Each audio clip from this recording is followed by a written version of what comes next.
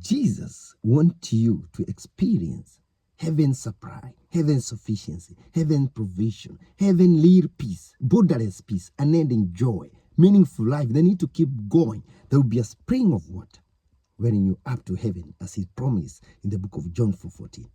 The fulfillment where you feel complete satisfaction, complete joy, comes from God. It does not come from marrying your dream spouse, being in a working marriage, having your children together. It does not come that way, having as many money and wealth. That's why Jesus said we depend on him alone. Jeremiah 17:5-6 say, don't depend on created things like a spouse, a marriage. Don't hope on a marriage. Don't hope on a spouse. Don't hope on children to help you in the future. Don't hope on that business. Otherwise, you'll never get that peace. You'll never get that joy. The Bible says in Psalm 127:1-2, God gives sleep to those who he loves. He who watch the city, he who build the city, he watch in vain. When you are thinking you get a hope from that, you watch in vain. God gives sleep, peace, joy, meaningful life to those who hope on him.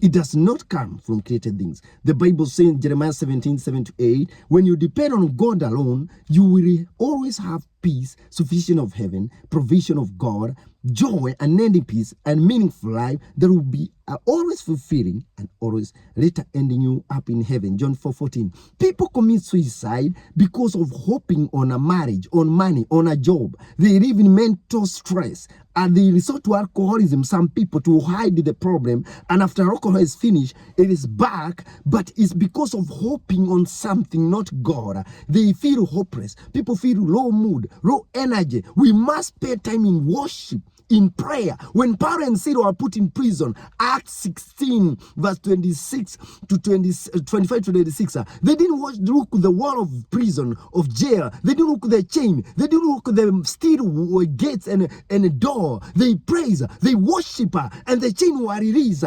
That chain of joblessness, that chain of deceived in marriage, that mortgage was taken. You need to worship God to experience God. It will not come by your marriage working or having your mortgage or whatever. It is hoping. When you see a wall has been put of you, you are cheated, your marriage is taken, a wall of marriage problem break down, a wall of joblessness, you need to spend time in worship. Paul and Silas did not look how big the wall was. They prayed, they worship, and the chain fell. When they put the saints of God into prison in Acts of chapter 1, chapter 2, chapter 3, they were finding them preaching. They were released. When they put you in prison of hopelessness, of cheating you in marriage, cheating in a business, cheating, they will see you moving. They will see you walking. They will see you shining. You're not in that prison. You will not live in that prison. Isaiah 51:14. You will not die in that prison. The secret is spend time in worship. Worship break the chain. Worship shake heaven, the jail foundation. Acts 16:25-26. The worship, real worship, break the chain, shake prison foundation, and open prison door.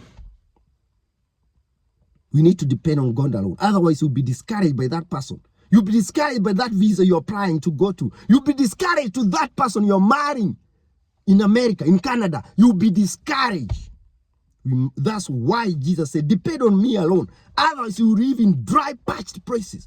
Jeremiah 17:5-6. You live in dry, parched places without vegetation, without life, without peace, without joy. When you hope to be on that president seat, on that member of parliament, or that ministerial seat you're working, on that member of parliament you're working for, you will live in a hopeless area. Sufficiency, God wants us to experience his maximum sufficiency. Let us depend on God, and it will always be fulfilling and ending us to heaven. This is what God wants you to experience. This is what God wants me and you to experience. This is the spoken promises of God. This is the spoken promises of God. Isaiah 44:24-28, and many Bible verses, and John 4:14.